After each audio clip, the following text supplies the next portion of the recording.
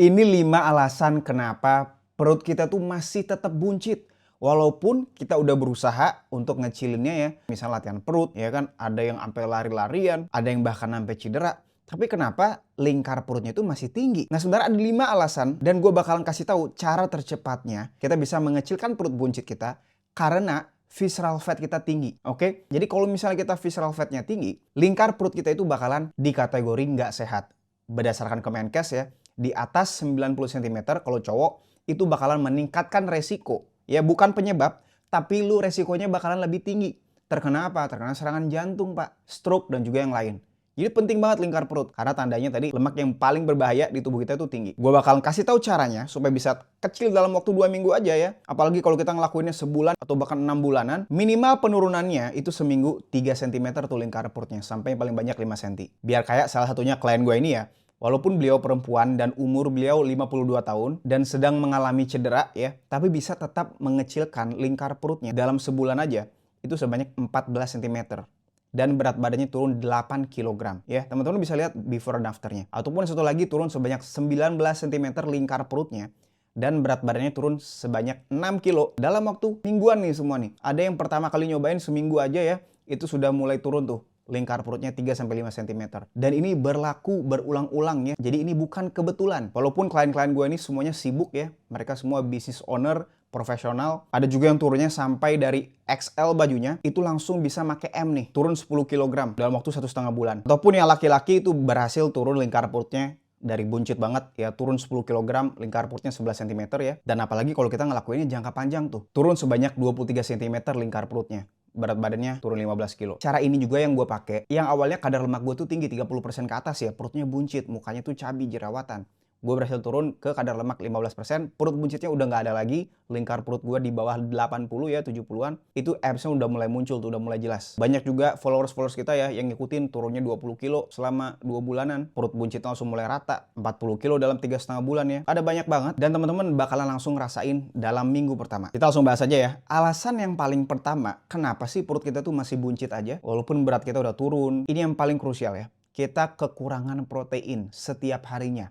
Kita masih makannya itu apa? Sedikit proteinnya. Kenapa kalau misalnya kita proteinnya rendah atau sedikit, perut buncit kita bakalan tetap ada. Yang pertama, kita bakalan jadi craving lebih gampang ya. Laparnya itu sangat tinggi tubuh kita ini kalau nggak dikasih protein. Ini udah dilakuin juga oleh studi ya, peneliti Robbenheimer PhD dan Simpson PhD. Jadi dia bikin salah satu studi terbaru. Kalau misalnya kita proteinnya kurang dari makanan kita sehari-harinya 20% aja ya, sisanya bakalan kita apa? Kelebihan dari karbohidrat ataupun lemak. Karena apa? Karena tubuh kita ini bakalan nyari-nyari terus nih. Lapar terus. Nah, tapi kalau kita misalnya proteinnya cukup, kita bakalan nggak lapar-lapar. Banyak banget klien gue ya, setelah kita program, kita nggak pengen nyemil lagi. Ya kita bisa fokus untuk kerja, kita bisa fokus untuk ngelakuin kegiatan yang lebih produktif ya, dibandingin kita lapar-laparan terus. Ya kita diet, kita turunin berat badan, tapi kenapa kita malah kenyang? Kita nggak kelaparan. Ya itu pentingnya kalau kita mencukupi protein kita ya. Jadi kalau misalnya kita makannya masih proteinnya cuma 20 gram per hari, 50 gram per hari, itu angka yang mustahil kalau kita mau turunin kadar lemak. Kecuali kita misalnya emang kadar lemaknya udah rendah gitu, kita kuli bangunan misalnya ya kita emang nggak butuh protein banyak-banyak. Karena kita bakar terus tuh energi.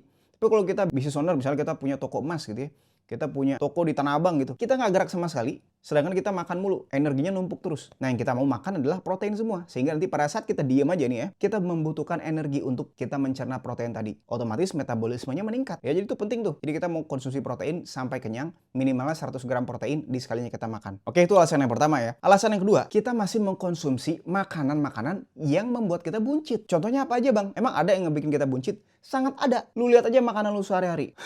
Ya, kalau ada masih makanan ini, kita bakalan tetap buncit. Yang pertama, minuman manis. Kalau kita masih minum minuman manis, kita bakalan susah untuk turun berat badan. Karena nggak berasa tuh minumannya. Padahal kalorinya udah tinggi banget. 300 kalori, 500 kalori ya. Padahal kita nggak kenyang. Yang kedua, yaitu gorengan. Pisang goreng terutama. Pisang itu karbo, tepungnya itu karbo, yang oksidasinya tinggi ya. Belum lagi minyak gorengnya. Itu pasti nggak akan hilang buncitnya kalau kita masih makan gorengan karbohidrat. Mie instan. Ya, mie instan kuah, mie goreng apalagi ya. Kita nggak akan bisa turun. Roti-rotian atau pastry ya. Kue-kue gitu, kue kering, kue basah, itu nggak akan bisa turun. Yang kelima tuh makanan yang berbahan dasar tepung. Contohnya misalnya seblak, kerupuk, apapun makanan lain ya, yang dia tuh harganya murah tapi enak banget. Karena naikin gula darah ya. Oke, itu alasan yang kedua. Alasan yang ketiga adalah kita masih kurang tuh tidurnya atau istirahatnya. Dan juga tingkat stres harian kita tuh tinggi. Jadi kalau kita stresnya tinggi, ya hormon kortisol kita atau hormon stres kita bakalan ikutan naik. Nah ketika hormon kortisol naik, kita bakalan susah untuk bakar lemak. Kita bakalan di mode menyimpan, Pak. Kita bakalan cenderung nyimpen lemak, oke? Jadi kita nggak bisa tuh tidurnya kurang, ya karena kita tidurnya kurang, hormon kortisol kita naik, gula darah rata-rata kita juga naik ya, karena tubuh jadi kurang istirahat, kita jadi gampang lapar. Itu alasan ketiga, kita kurang tidur sama stresnya masih tinggi. Yang keempat nih, kita juga masih salah pola latihannya. Kita kebanyakan sit up, kebanyakan latihan yang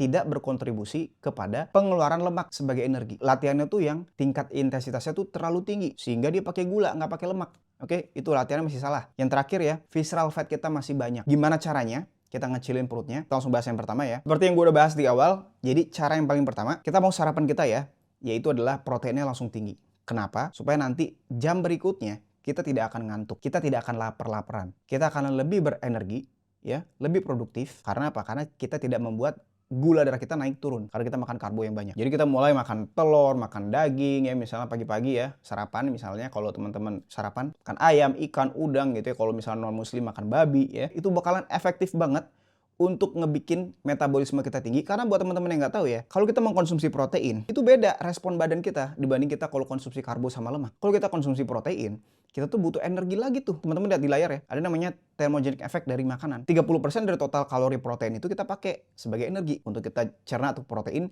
jadiin rambut, kulit, kuku, tulang, otot. Di 3 hari pertama, itu kita perutnya nggak akan begah lagi. Karena udah nggak kebanyakan karbo lagi ya. Nah, cara yang kedua, kita mau berhenti dulu sementara mengkonsumsi makanan-makanan yang ngebikin buncit tadi, yang ngebikin apa, perutnya kembung, bergas ya, yang ngebikin kita apa, punya penyakit. Kalau misalnya teman-teman punya penyakit Crohn disease ya, itu kumat lagi penyakit autoimunnya.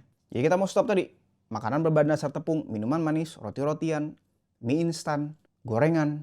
Nanti kalau kita udah ideal, baru kita perkenalkan lagi sekali-sekali makanan itu. Ingat ya, karena itu adalah makanan hiburan, bukan makanan sehari-hari yang membuat kita semakin sehat, semakin ganteng dan cantik, bukan. Nah, cara yang ketiga, kita mau meningkatkan tingkat aktivitas harian kita ya dengan jalan kaki, oke? Kita wajib untuk rajin bergerak sekarang. Yang awalnya kita cuma 1000 langkah 10 menit tiap harinya ya, karena kita sibuk.